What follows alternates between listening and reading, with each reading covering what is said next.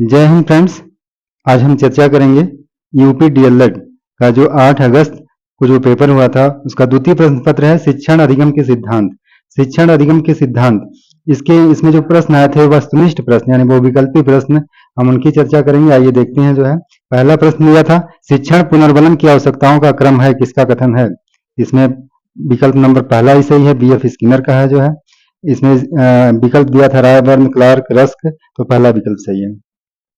प्रश्न नंबर 2 है, शिक्षण का प्रमुख कार्य विचारों, तथ्यों एवं सूचनाओं को शिक्षार्थियों तक पहुंचाना है, किसका कथन है? यह हर्बर्ट का है। इसमें विकल्प 4 दिया गया था, Bruner, Herbert, Froebel, BS Bloom का, लेकिन सही ऑप्शन इसका हर्बर्ट है। अगला प्रश्न नंबर 3 है, शिक्षण अधिगम सिद्धांत किसके लिए वैज्ञानिक आधार प्रस्तुत करते हैं? तो पहला विकल्प है शिक्षण के नियोजन, दूसरा विकल्प है शिक्षण की व्यवस्था, तीसरा विकल्प है शिक्षण का मूल्यांकन, चौथा विकल्प है उपयुक्त सभी। ये तीनों विकल्प सही हैं, इसलिए हम चौथा ऑप्शन लगाएंगे, उपयुक्त सभी। अगला प्रश्न नंबर 4 है, शिक्षण में उदाहरण के आधार पर छात्र आसानी से समझ जाते हैं। ये पहला विकल्प है संकल्पनाओं को, कठिन तथ्यों को, अमूर्त भावों को। अगला आखिरी विकल्प उपयुक्त सभी से। ये चौथा विकल्प सही है, उपयुक्त सभी से। प्रश्न नंबर 5 है, प्रश्नोत्तर शिक्षण विधि किसके समय में चली आने वाली एक प्राचीन पद्धति है? ये सुकरात के समय से चली आ रही है। विकल्प नंबर 1 सही है। अगला क्वेश्चन हम देखते हैं। प्रश्न नंबर 6, प्रश्न कौशल के घटक हैं, प्रश्नों की संरचना, प्रस्तुतिकरण, वितरण, उपयुक्त सभी। इसका प्रश्न नंबर 4 सही, विकल्प नंबर 4 सही है, उपयुक्त सभी। अगला क्वेश्चन नंबर 7 है, अनुभव के द्वारा व्यवहार में होने वाले परिवर्तन को सीखना कहते हैं, परिभाषा है।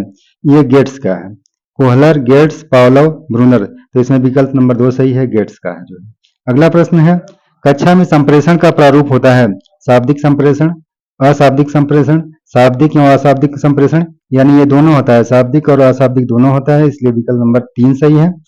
अगला प्रश्न नंबर 9 है, ज्ञात से अज्ञात की ओर, सूत्र की ओर सबसे पहले किसने ध्यान आकर्षित किया? तो स्पेंसर ने इसका ध्यान आकर्षित किया था। इसमें विकल्प 4 दिया है, हर्बर्ट, ड्यूवी, प्लेटो।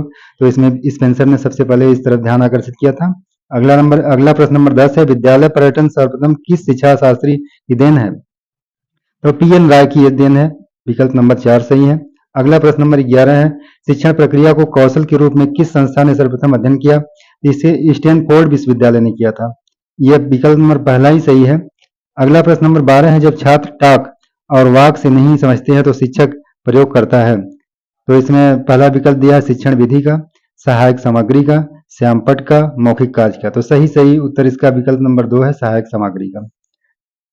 अगला प्रश्न नंबर है प्रश्न नंबर 13, इसे हम टीएलएम भी कहते हैं, इंग्लिश में टीएलएम का प्रयोग करते हैं। अगला प्रश्न नंबर 13 है, छात्रों में क्रियाशीलता का आंदोलन सर्वप्रथम किसने किया? यह विकल्प नंबर पहला सही है, रूसो ने किया था। अगला प्रश्न नंबर 14 है, शिक्षण अधिगम सामग्री का कक्षा में प्रयोग करना चाहिए अधिक से अधिक, कम से कम, आवश्यकता अनुसार, कभी कभी। यह आवश्यकता अनुसार इसमें करनी चाहिए। जो है विकल्प नंबर 3 सही है।